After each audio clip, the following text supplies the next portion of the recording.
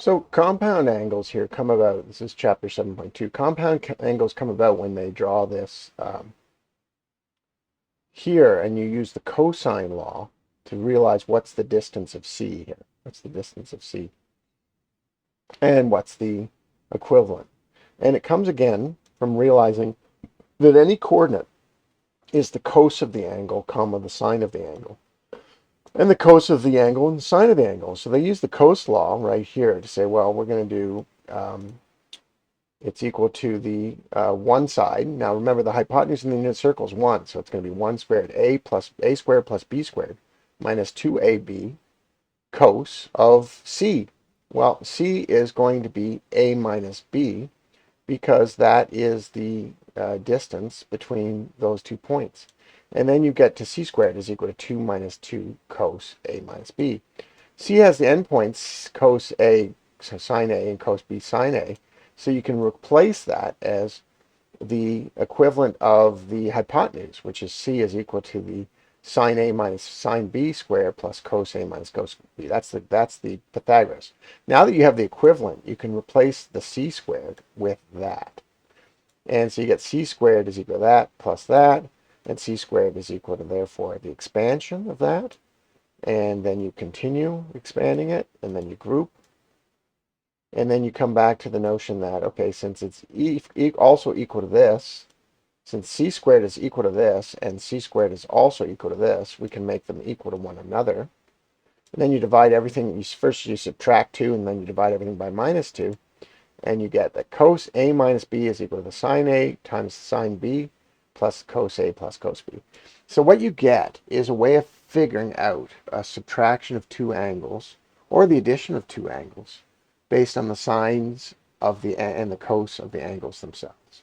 So this is the proof. Your teacher may or may not want you to be able to replicate the proof. It's actually not as hard as you would think. So you would use this method of what is 15 degrees. Well, 15 degrees is the same as cos of 45 and minus 30 degrees, which is an angle that we know. So that means if cos 15 is also cos 45 minus 30, we can say, okay, well, it's equal to cos 45 times cos 30 plus sine 45 plus sine 30. We can use our exact values to figure out the exact value of cos 15. And tan does the same thing. So since you end up having to figure out, well, what's the subtraction of, can I find exact values that will subtract to this non-exact value? And yeah, it's minus pi over 4 minus pi over 6, both of which I knew. And then you have to use the equivalent of the tan formula, which is tan a minus b is equal to tan a minus tan b divided by 1 plus tan a times tan b. And then you put in the exact values, and then you try to have the simplified as much as you can. Now, sometimes they don't want square root 3 at the bottom. They'll multiply by square root plus 1 over square root plus 1 to get rid of the square root on the bottom. A lot of teachers insist on that, especially at university. Then they ask you to simplify using the two cos. So ideally, they're going to summarize it. The two formulas that you have to remember is that sine a plus b is equal to sine a times cos b plus cos a times sine b. That cos a plus b is cos a times cos b minus sine a plus sine b. So the cos of a compound angle is going to have a minus sign. The tan a plus b is tan a plus tan b divided by 1 minus tan a times tan b, and the subtraction equivalent. So you should have these on hand for the rest of the chapter. So we have these on hand for the rest of the chapter. And then it's just which one to apply and how to apply it. Now, I'm not great at these, actually. I'm a little bit lazy. So to do the first one, for instance, we're going to look for ways of replacing information in there with the information I have on the left. For instance, cos 2a is the same as cos a plus a, isn't it? And I happen to know on the right that any cos a plus cos b would be cos a times cos b, but really it's going to be cos a times cos a minus sine a times sine a, which is the same as cos a squared minus sine a squared. And actually they put the square here so that you don't get it confused with the angle.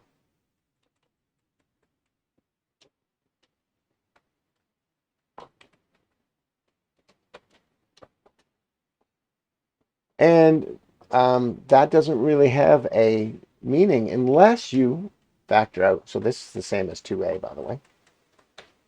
Unless you factor out a minus 1. And you get sine squared. Oh no, that doesn't work either. So you just leave it like that. But then you replace it when I have a sine a. Rewrite it as a single trigonomic ratio. Okay. So then you just replace it like this. What is sine a? Single trigonomic ratio. That's a great question.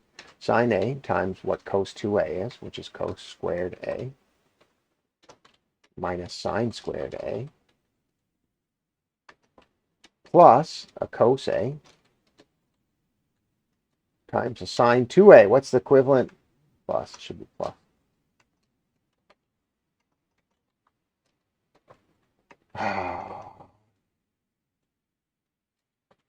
What's the equivalent of sine 2a? Well, sine 2a is a plus a. So you can use the sine a plus b thing, which is sine a times cos b. Oh, sorry, cos a, because they're all a, plus sine a plus cos a times cos a, which ends up being simply 2 times sine a. It's cos b, so that's what sine 2a is. Okay, which means I can replace that. So if I expand that, so I can replace this with that. So let's do this and put it in for that. Let's try that again.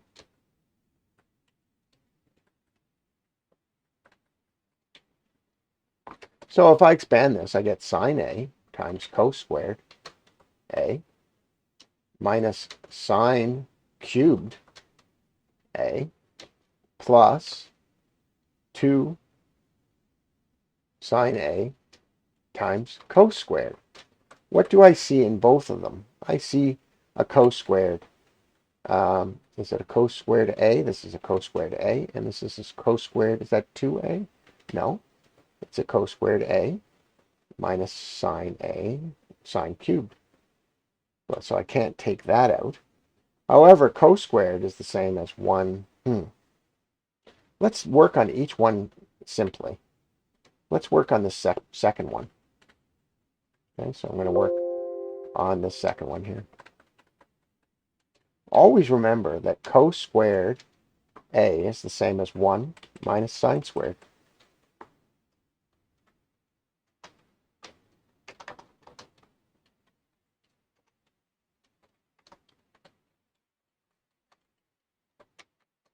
And that ends up being 2 sine minus 2 sine cubed. Okay, so that's that one. And that this first part here, which I've already done, is also in brackets. And if I add them all up, so sine a times cos squared a, I think I went down the wrong route with this. So sometimes you do go down the wrong route. And start again. So cos 2a is the same as cos a times cos b, cos a twice, minus sine a times sine a, which is cos squared a minus sine squared a. And that's all going to get multiplied by sine. Okay, well, let's just leave that. Over here, that's all going to get multiplied by sine a. Over here, cos a is multiplying sine 2a, which becomes, as I said, sine a is going to become 2a, sine A, yeah, it's going to become 2 sine A times cos A, like that. If I look at what's, yeah, this is cos A. If I look what's in common to both,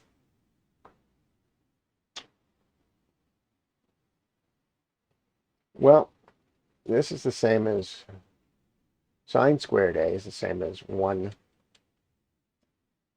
minus cos squared A, which means I get cos squared A plus cos squared A minus 1, and this becomes plus because of the minus. And I get 2 cos squared A minus 1.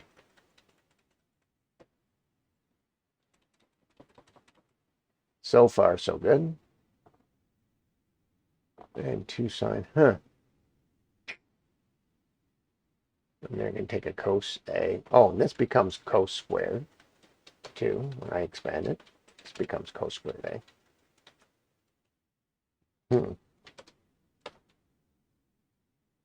Can't really take a cos squared out of both of them. Interesting. So I'm screwing this one up royally, and it's supposed to be the simplest one. So as usual, I overthought this. If you look at the first simple proof, sine A plus 2B is equal to sine A times cos B plus cos A times sine B. That's a very simple truth. But now we're going to let A equal A, but we're going to let B equal 2A. And we're going to replace everywhere I see B with 2A and see what happens. Well, over here, what is A plus 2A? It's 3A. Over here, instead of B, cos A. Over here, instead of B, 2A. Now notice that this matches this exactly. It's an exact match. Therefore, this is the equivalent to sine 3A. So we're going to look at that, and what we're going to notice is negative. In the next one, we're going to notice negative, and we're going to say, okay, well, it's probably cos plus. Okay, so this next one is similar, so I was overthinking, of course. In this next one, we have to see, we can see a minus, so we should ask ourselves, what's more likely? Is it going to be this one, which has a cos A and cos B in it? Or is it going to be this one, which has also a cos A and or sine A and sine B in it?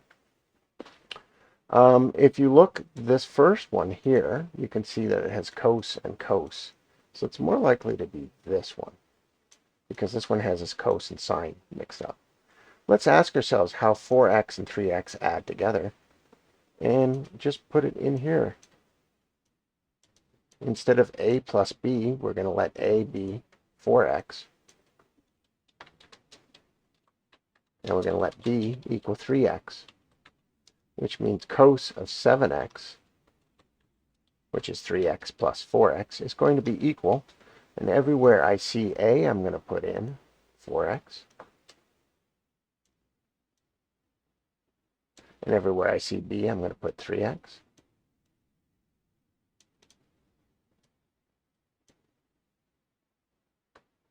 And everywhere I see a again, I'm going to put in 4x. And everywhere I see b, I'm going to put in 3x. And then we're going to just see if it matches what they've given us. And it looks like it does, which means cos 7x is equal to this. So the single value would be cos 7x. You see, it's just multiple ways of coming up with angles, exact values for angles that you wouldn't necessarily have. So number 2 is going to be the same. Just have to work backwards.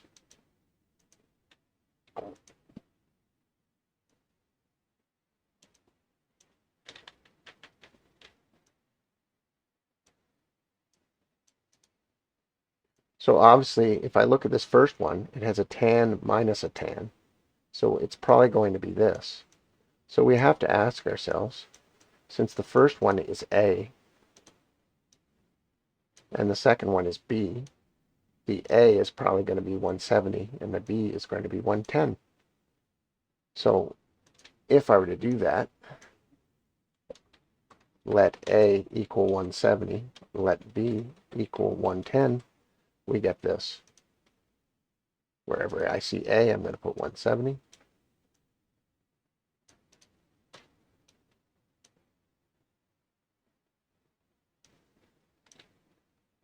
And wherever I see B, I'm going to put 110. And again here. And again here. And what's 170 minus 110? Well, 170 minus 110 is 60. Now, we wouldn't normally need a tan of 60 because there's an exact value for tan of 60 already. But we could figure it out from this. And we can see that this does indeed match our value up here. Now, what about this one? This next one, we can see a couple things. Well, there's a positive sign in between it. There's a positive sign in between it. So we just have to look at cos and sine values that have positives.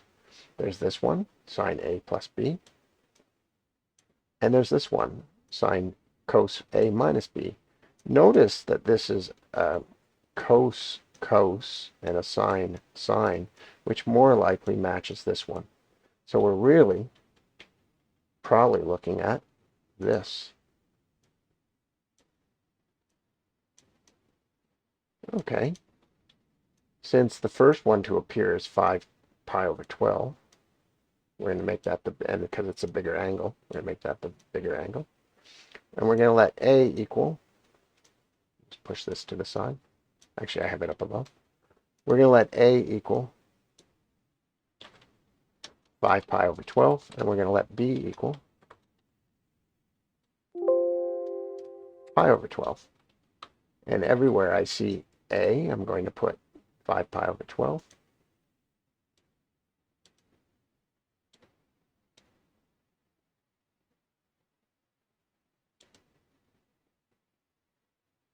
You get the idea. And whenever I see B, I'm going to put pi over 12. So we get cos A minus B is equal to cos 5 pi over 12 times cos pi over 12 plus sine pi over 5 pi over 12 times sine pi over 12, which happens to match the exact equation right here. All I have to do is say, what is 5 pi over 12 minus pi over 12? Well, it's 4. This is clearly the value for cos 4 pi over 12. Divide both by 4, and it's cos pi over 3. Now, technically, we wouldn't need that because we have an exact value for cos pi over 3, but they're just trying to get you to think backwards. So that's number 2. So for this one, number 3, you have to figure out how can I add up to one of these values to make a special, or subtract to one of these values to make a special triangle, or using our special angles, our exact values angles. Well, if I look at 75 degrees, 75 degrees is the same as 45 plus 30, which means I can use any of my addition ones. So that means I can use sine A plus B, and I can let A equal 45 and B equal 30. And that's going to be equal to sine of 45 times cos of 30.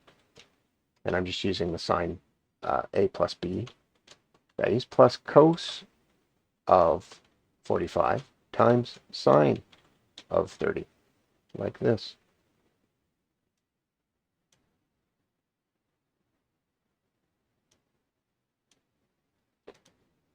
And since we have some exact values for sine 45, and I could pull up the special triangles, but it's a lot easier, exact value table tree, to pull out the exact value table from the internet.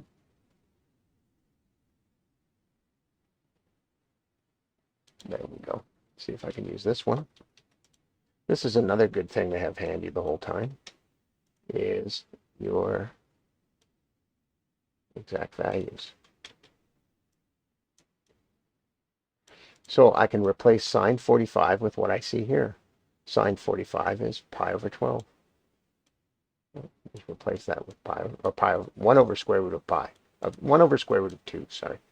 And I can replace cos 30 with what I see here, which is 3 over square root of 3 over 2. And then plus cos 45. And cos 45 is right here, 1 over square root of 2. And sine of 30, which is right here, which is 1 over 2. Now when you're multiplying things, you can just multiply the bottom. So 2 times square root of 2 is just 2 times square root of 2. Square root of 3 times 1 is just square root of 3.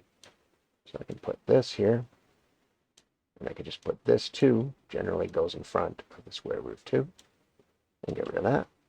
And in this one, 1 times 1 is this, and 2 times square root of 2 is this. So you get 1 over 2 times the square root of 2. So I get, these both now have the same denominator. So I get square root of 3 plus 1 over 2 times the square root of 2. And if you wanted to put it over, didn't want to have a square root at the bottom, you just multiply both top and bottom by square root of 2 over square root of 2. And at the bottom, you'd get 2 times 2, which is 4. And at the top, you'd get square root of 6 plus square root of 2. So that's if you wanted to have everything, a whole number at the bottom. But otherwise, square root of 3 plus 1 over 2 times the square root of 2 is acceptable. Just some mathematicians don't like square roots at the bottom. What about B? What's minus 15? Can I add up 2 angles to get minus 15? Well, sure. 30 minus 45 will be equal to that. So I can use any of these subtraction ones, either sine or cosine. Let's use the cosine this time. So let A equal 30 and B equal 45. And so we get cos 30 times cos 45 plus sine 30 times sine 45. And then I just look at my exact value charts and I replace wherever I see cos 30, I replace it with what I have over here. Well, cos 30 is the same as square root of 3 over 2.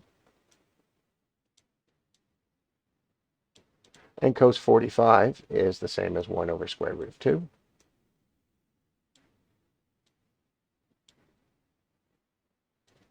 And sine 30 is equal to 1 over 2. And sine 45 is equal to 1 over square root of 2. When I multiply these fractions, I get 1 at the top, and I get 2 times the square root of 2 at the bottom. That. And when I multiply these fractions, I get 2 over square root of 2 at the bottom, and just square root of 3 at the top. Since they're both the same thing, I get a very similar thing that I got before. Square root of 3 plus 1, all over the same denominator. And again, if your teacher insists on not having a square root at the bottom, you can multiply top and bottom by square root of 2 over square root of 2. This becomes 2 times 2. This becomes a 4.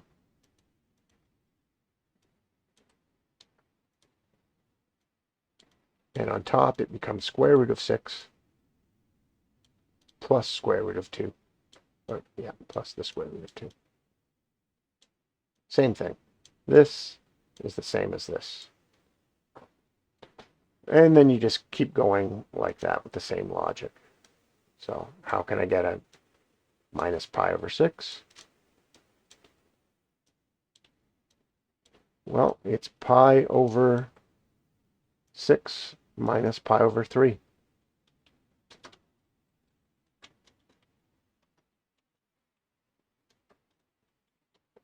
minus pi over 3 becomes the same as 2 pi over 6, and that will be equal to minus pi over 6. So, but we're going to keep the exact value here. So I need anything that has a subtraction. So this time I'm going to use the sign a minus b is equal to this. Doesn't matter which one you use, you can still come up with an equation. And I'm going to let a equal pi over 6.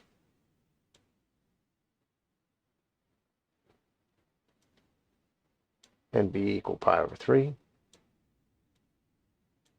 over and over and over again.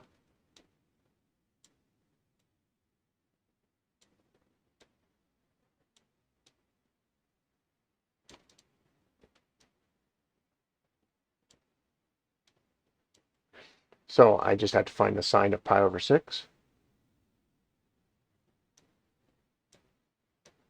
1 over 2. Pi over 3, cos of pi over 3. 1 over 2. It's 1 over 2 times 1 over 2. Minus cos of pi over 6. Square root of 3 over 2. Times sine of pi over 3. Square root of 3 over 2. When I multiply 1 over 2 times 1 over 2, I get 1 over 4.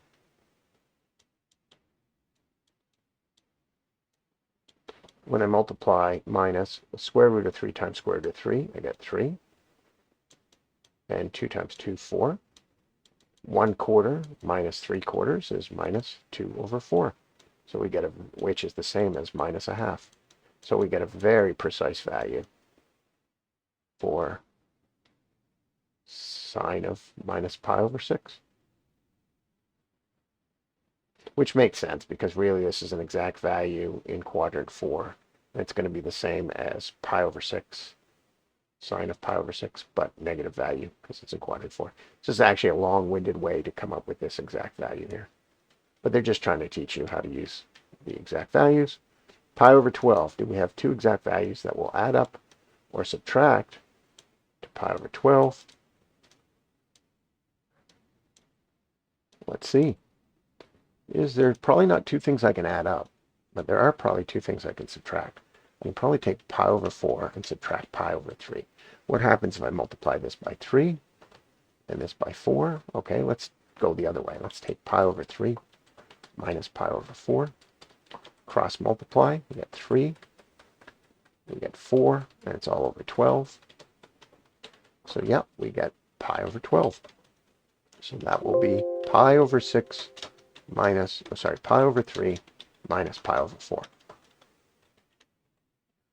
And that will be equal to pi over 12. So I have to use a subtraction. Doesn't matter which one I use. I'll use cos A. It's going to be equal to cos A times cos B plus sine A times sine B. And I'm just going to let A equal pi over 3 and B equal pi over 4. So wherever I see cos or A, I'm going to replace it with pi over 3. B pi over 4.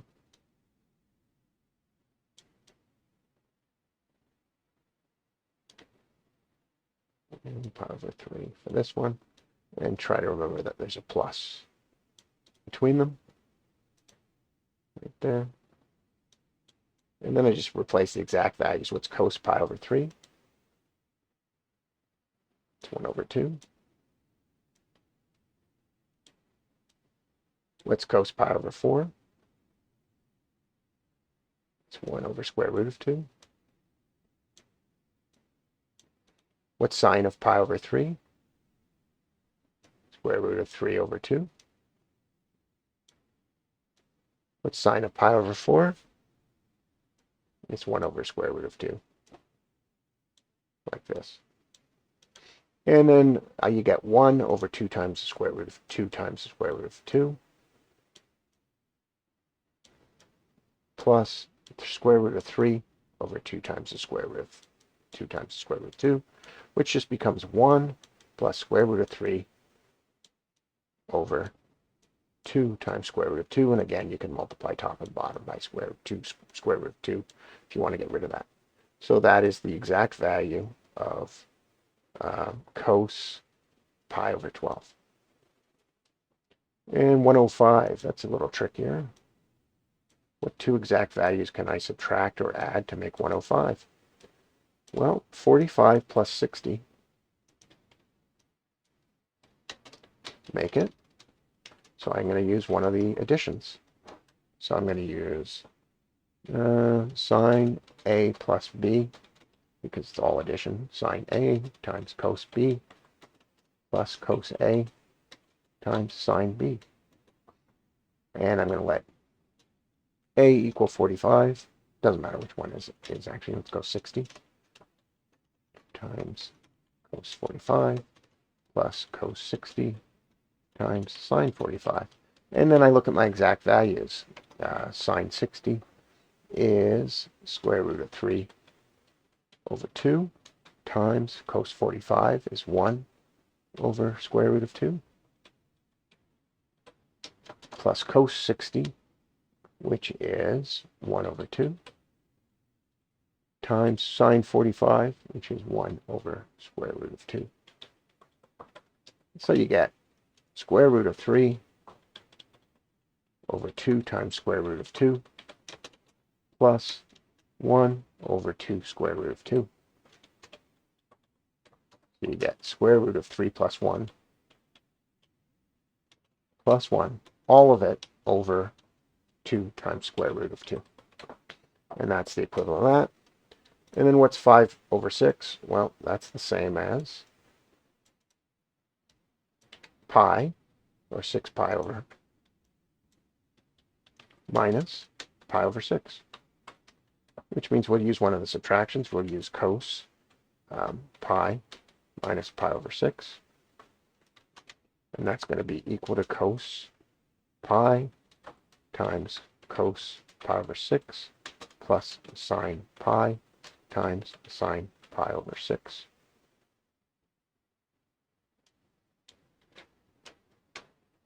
And that's going to be equal to cos pi, we discover is, pi is the same as 180.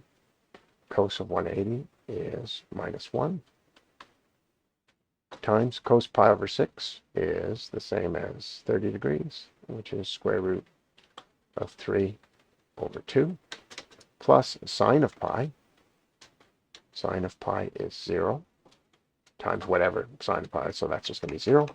So we get a very exact one. It's negative square root 3 over 2. And that's how you do that. Okay, so 4 is much the same. You have to figure out either a subtraction or an addition. I'm not going to do them all, okay? Because I'm trying to get through 7 quickly. So sine 75 is clearly sine 45 plus 30. Use the sine addition formula to the left. Replace A with 45 and B with 30. Look up your exact values. Make the denominators in common and figure it out. B, cos 15, is clearly going to be 45 minus 30. So use the cos subtraction on the left, which is cos 45 times cos 30 plus sine 45 times sine 30, and simply replace these with the exact values you see on the table on the left. The next one, tan 5 pi over 12. These are sometimes hard to figure out. This is less than half. So we can look at something like pi over 4. We know we can't. We're going to probably look at an addition, which is going to be something like 3 pi over 12 plus 2 pi over 12. And 3 pi over 12 becomes pi over 4. 2 pi over 12 becomes pi over 6, both things we know. Then you're going to use the addition formula for tan, which is tan A plus B, so pi over 4 plus pi over 6, is going to be equal to tan pi over 4 plus tan pi over 6 all over 1 minus tan pi over 4 times tan pi over 6. And you just look up the exact values on the left and you replace them, like 10 pi over 6 is the same as 0. So this whole thing will become 1. And 10 pi over 4, if you look on the left, is 1. 10 pi over 6, which I think we just looked up, was 0. Oh, no, I got the wrong one down below. 10 pi over 6 is not 0. So 10 pi over 4 is 1 times 10 pi over 6, which is 1 over square root of 3. So you're really going to get 1 over square root of 3. You have to put this square root of 3 over square root of 3. And you get square root of 3 minus 1 over square, all of it over square root of 3. Up above, 10 of pi over 4 is 1. 10 of pi over 6 is 1 over square root of 3. To add that, you have square root of 3 over 3, so you get square root of 3 plus 1 all over square root of 3. If you're going to multiply this, you have to multiply by the reciprocal. The square roots of 3's will cancel. And you're going to get square root of 3 over square root of 3. Square root of 3 plus 1 over square root of 3 minus 1. You should get something like that. And just to keep going, what is negative pi over 12? How do you achieve that? Obviously, we have to use a subtraction formula. And it's probably pi over 6 minus pi over 4. Let's see if that works out. Multiply both sides by 2. So this is going to be multiplied by 2. This is going to be multiplied by 3. And sure enough, you get pi over 12. So these are the ones you're going to use. Oops. Pi over 6 minus pi over 4. And since we're sine, we're going to use the subtraction one. Pi over 6 minus pi over 4 is going to be equal to the sine of pi over 6 times the cos of pi over 4 minus cos pi over 6 times sine pi over 4. And then you just have to look those up on the chart and solve. I'm not going to do it. Cos of 105 is obviously the same as cos of 45 plus 60.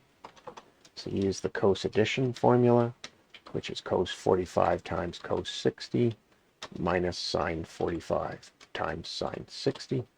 And you just complete the things from the left. And 23 pi over 12 is almost 23 pi over 12 is almost 24 pi over 12. So we're talking about 2 pi minus pi over 12. Yeah. And we're talking really about pi over 12. How do you get that? How do you get there? I think you can do pi over 4 minus pi over 6. And so 23 pi over 12 is the same as negative pi over 12. So that's one way to get there. This becomes, if I multiply it by 3, 2, almost. So that'd be pi over 6 minus pi over 4. This would become 2 over 12. This would become 3 over 12, which would get me to the 23 pi over 12. So you could use those. And since it's tan, you would do the tan A minus B formula, which is going to be tan pi over 6 minus tan pi over 4, all divided by 1 plus tan pi over 6 times tan pi over 4. And you just look them up, and you have to be very careful of your fractions. I should probably do that one, but in the interest of speed, I cannot. Use the appropriate expression. So I want you to look careful at these. Number 5.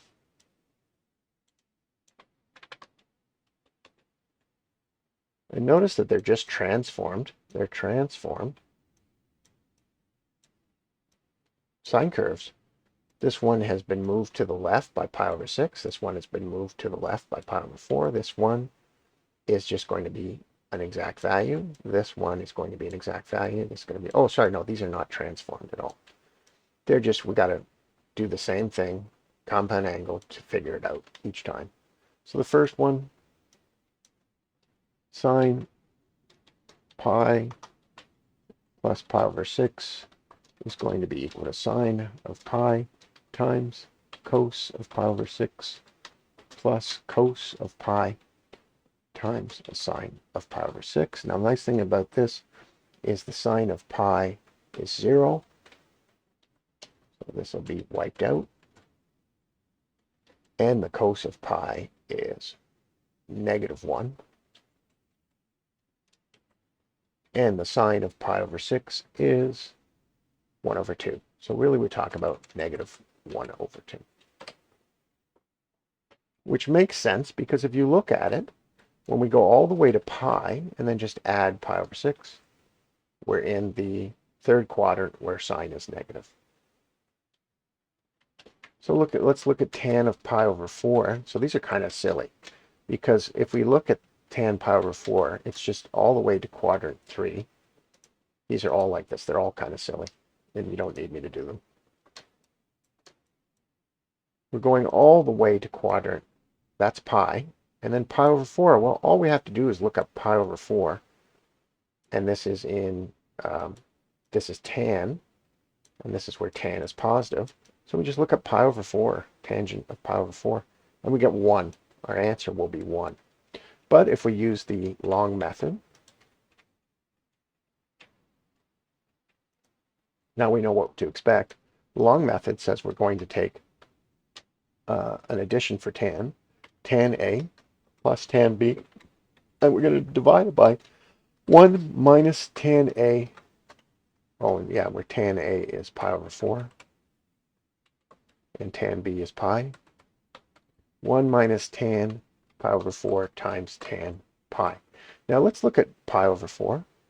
Tan for that is 1. I'll do it in the next line.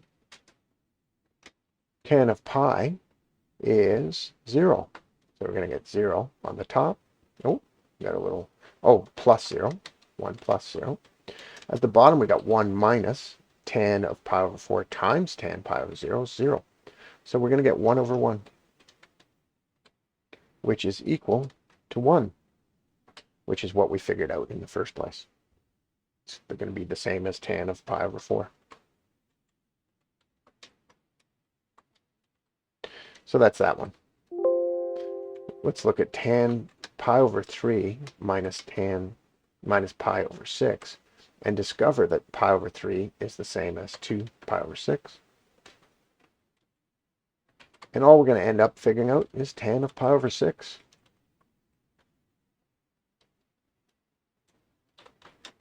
We can just look that up directly and realize that we should come out as 1 over the square root of 3. But they want us to use the long method, so what you're going to do is do the subtraction, a minus b. So it's going to be tan of pi over 3 minus the tan of pi over 6, all divided by 1 plus tan pi over 3 times tan pi over 6.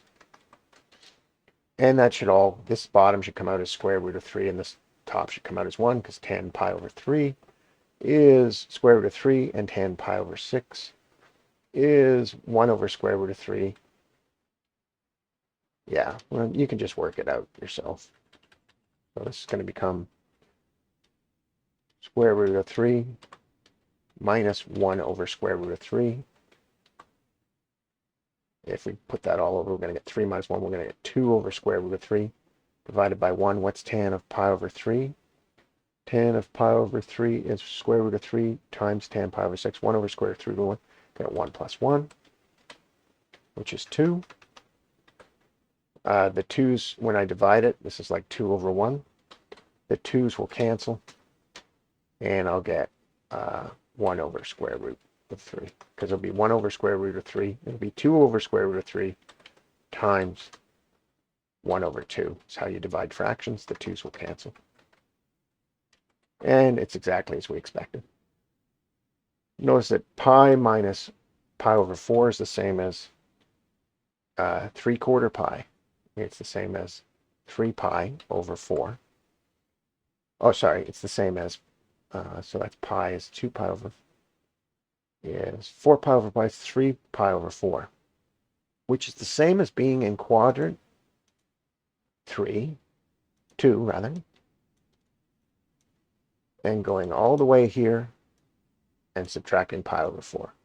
It's the same as the acute angle for pi over 4, except that we're in quadrant 2, where cos is negative. So we just look up pi over 4, and we should expect the cos to be negative 1 over square root of 2. But they want us to go through the whole step. They want us to do this instead.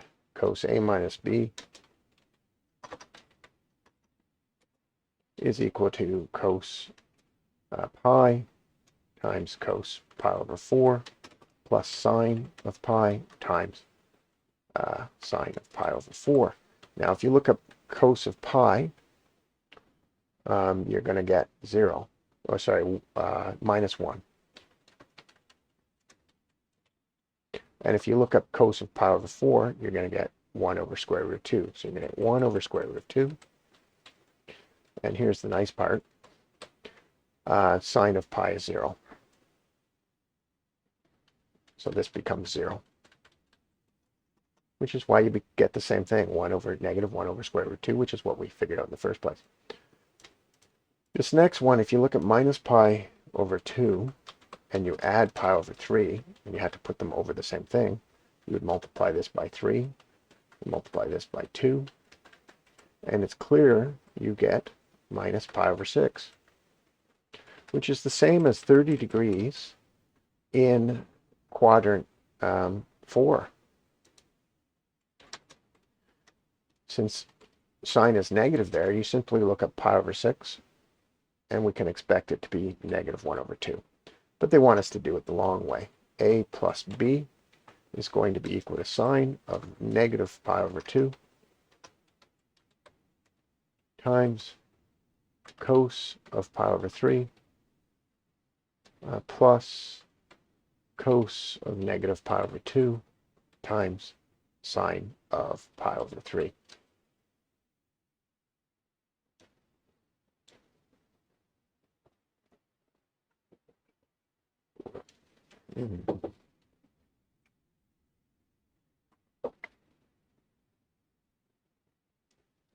And then you just do the same thing. You just substitute in and you solve. I'm not going to do the next one. It's the same thing over and over again. These are not that hard. So that's 5, 6. 6 is very similar. And this is the one I thought I was talking about, 6 and 7.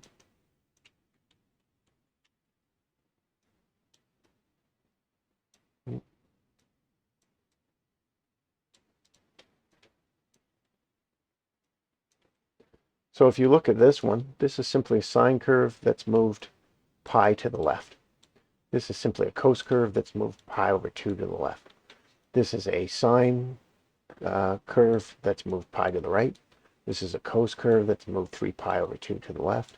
This is a tan curve that's moved pi to the left. And this is a tan, negative. So you put a negative here, you'd go x minus 2 pi. So this is a tan curve that's 2 pi to the right. So those are just transformations. But if you use the addition formula, you simply plug it in. Sine pi plus x is the same as sine of pi times sine of x plus cos of pi times sine of, cos of x, this one should have been cos, times cos of pi times sine of x.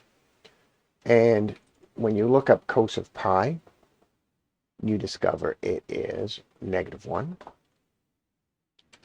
And then when you look up cos of x, you discover it's 0.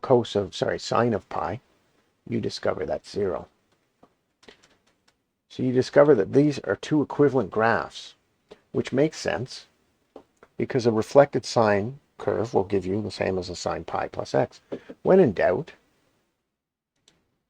pull up your Desmos and put it in. Sine of pi plus x, or x plus pi, versus a negative sine x. And you'll discover the curves are the exact same thing. This is just a reflection in the x-axis. It's just taking a normal sine curve and reflecting it down. And here's up. And here's with a negative. And this is just phasing the sine curve to the left by pi, which is the same thing. Here it is normally, and here it is phased to the left. So all these are going to be like that. Again, I don't believe you need me to do it, because what's going to happen is a lot of them, especially the ones with pi in them, are going to eliminate. They're just going to come up with equivalent sine curves. Okay. Determine the exact value of each trig measure. Okay, it's the same thing again. I'm going to jump to 9. 9 is actually quite important. You'll see this question quite a bit.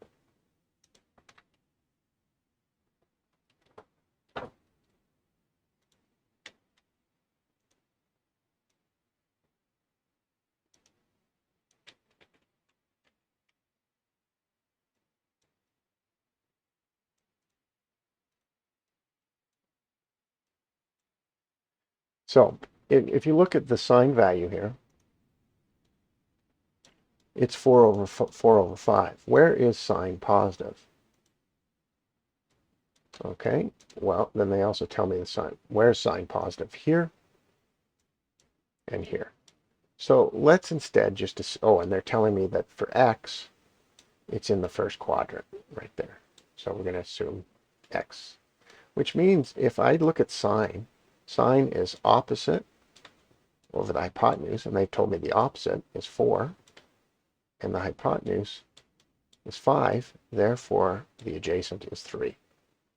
Then for this one, they've told me that the y value exists in the fourth quadrant, and it's minus 12 over 13, which means if I go down here, I'm just going to put this 3 up a bit. There we go.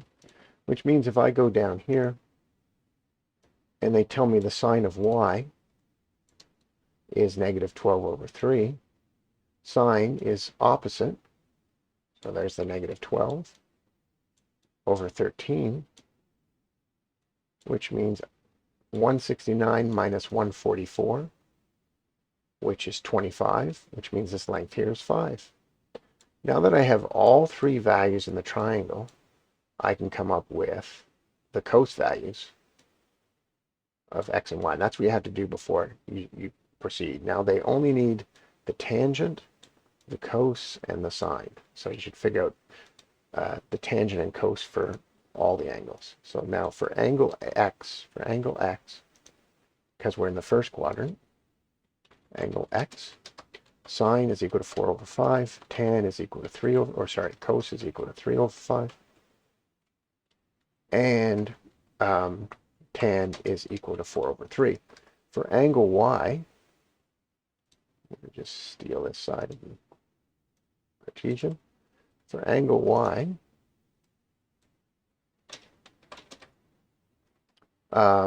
sine is equal to negative 12 over 5, negative 12 over 13. Cos is equal to 5 over 13, negative, no positive.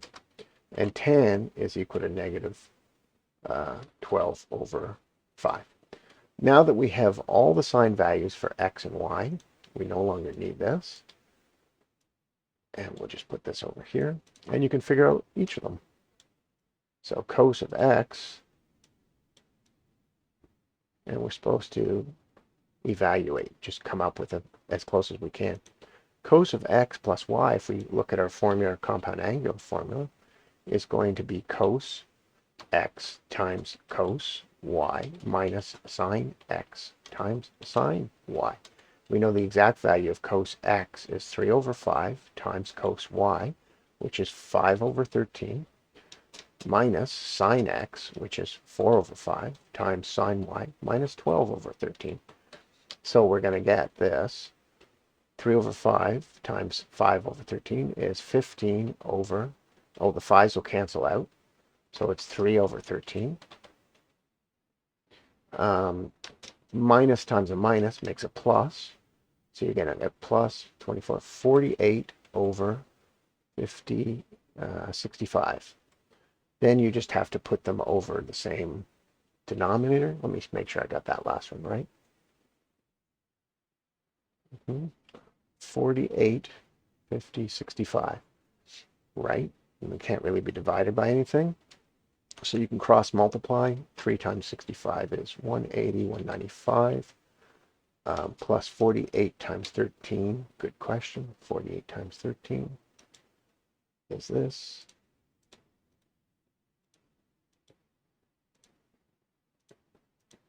$624. All of it over 13 times 25. 13 times 65, which is 650 plus 180, which should be 830.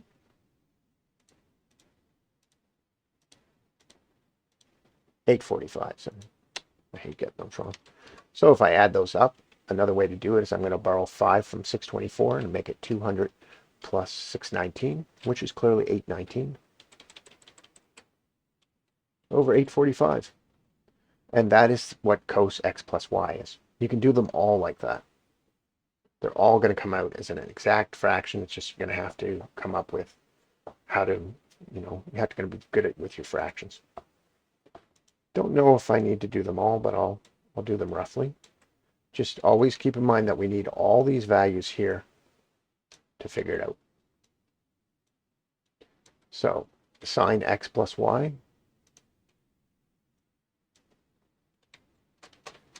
is going to be the same as sine x times cos y plus cos x times sine y.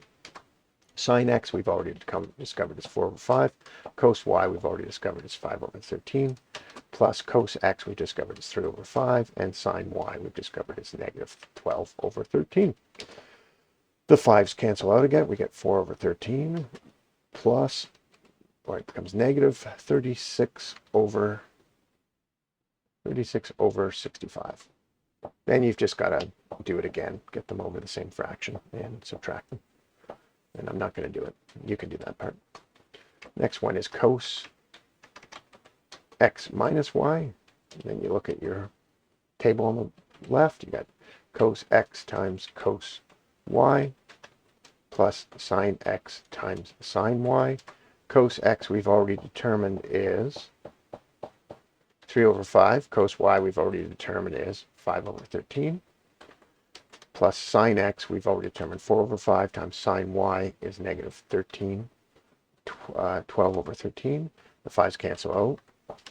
Plus or minus 48 over 65. And again, just do that. Sine x minus y is going to be equivalent to sine x times cos y minus cos x times sine y. Sine x is 4 over 5 times cos y is 5 over 13 minus cos x, which is 3 over 5 times sine y, which is negative 12 over 13. 5's cancel out. We get 4 over 13 plus 36 over 65. And the same thing, find the common denominator. Tan x plus y is going to be much more complicated. It's going to be tan x plus tan y, all divided by 1 minus tan x times tan y. And we've got tan x is 4 over 3 plus or minus 12 over 5. So you'd have to get this fraction done. So they have 15 in common. So that's 20 and 36. So negative 16 over 15. All divided by 1 minus, what's tan x? 4 over 3 times tan y. Negative 12 over 5. So they're going to become positive. So you get 48 over 15.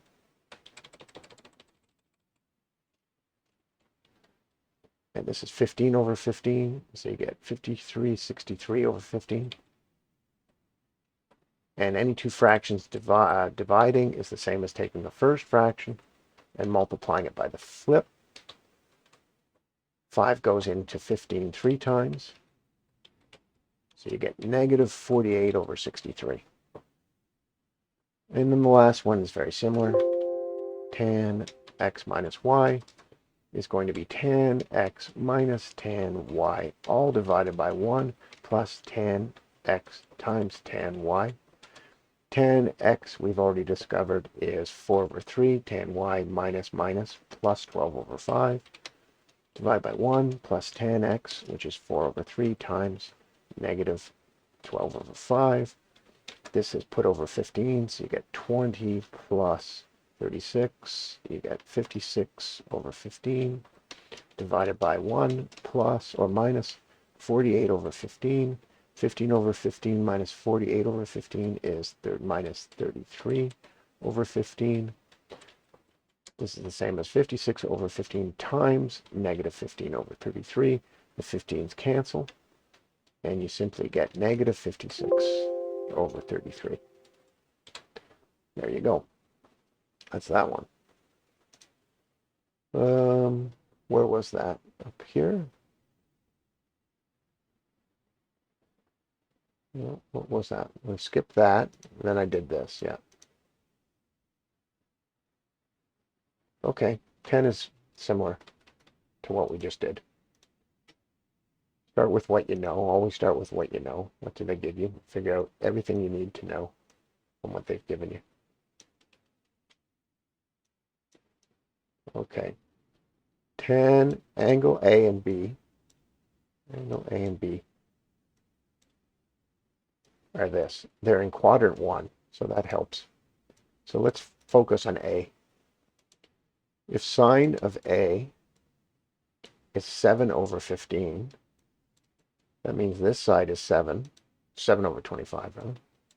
Means this side is 7, the opposite, and the hypotenuse is 25, because sine of any angle is the opposite over the hypotenuse, which means this is going to be 25 squared minus 49, 7 squared, square root. So 25 squared minus 49 square root is 24, which means this is 24.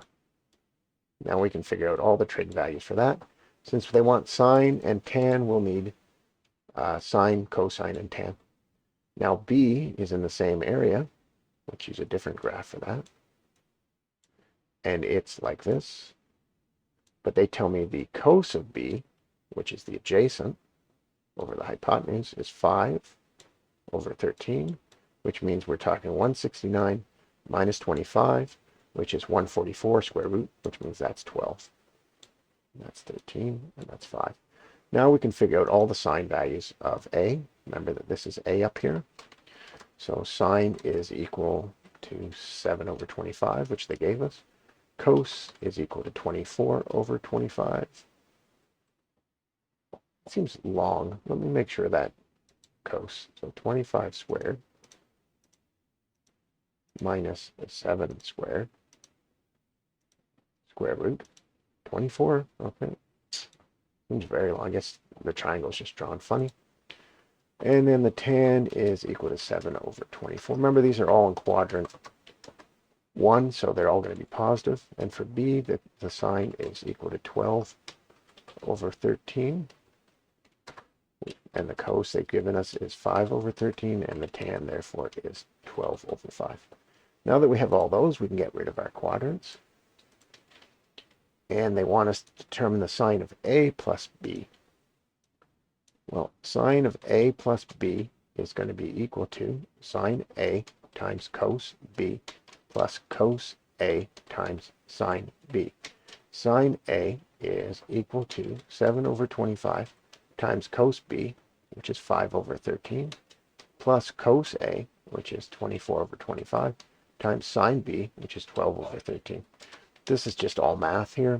35 over, 10 plus 150 plus 45, 195, plus 10, 240 plus 48, 288, 250 plus 75, 325. And then you've just got to put them over the same fraction and add them up.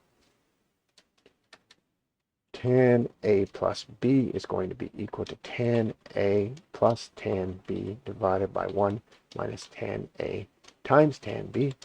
tan A is given as 7 over 24 plus 12 over 5. You've got to put them over the same denominator and add them together. You're pretty much stuck with cross multiplying because they don't have any numbers in common. I mean, 10, you could maybe save yourself some trouble and multiply this by 10. And therefore, that would be multiplied by 48. Yeah, maybe.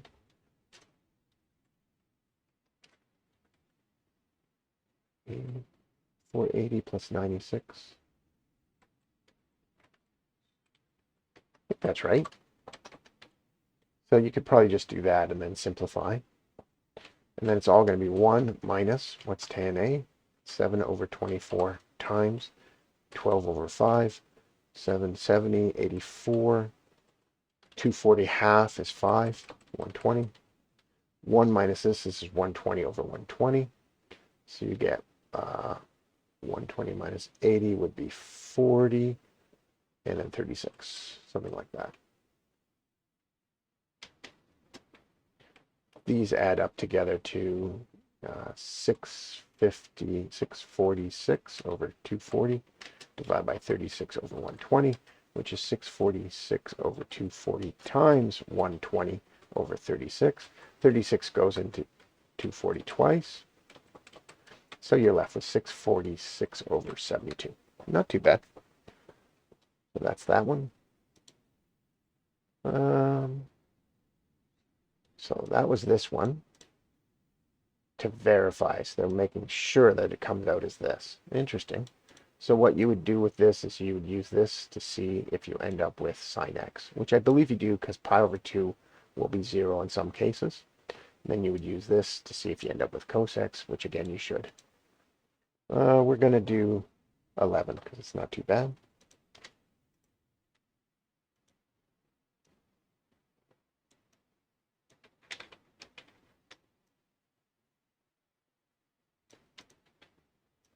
So let's focus on this instead. If I use this formula on the left, the subtraction of one angle for cos is going to be equal to the cos of pi over 2 times the cos of x.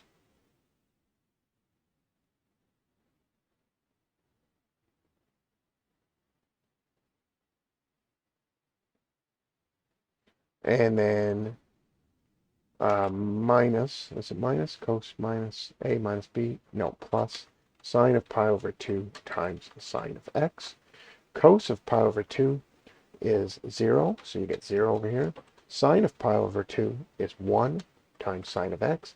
0 plus sine x is sine x, so you've proven that cos pi over 2 minus x is equal to sine x. So that's pretty straightforward. Now we're going to prove this one. It's going to be very similar. This, if we look at our subtraction formula, is going to be equal to sine of pi over 2 times cos of x minus cos of pi over 2 times sine of x. Sine of pi over 2 we've discovered is 1 times cos of x, so that's cos of x. And cos of pi over 2 we've discovered is 0, so that's minus 0, which means sine of pi over 2 minus x is equal to cos x, so we've proven it. And that's enough for now. I've got to stop.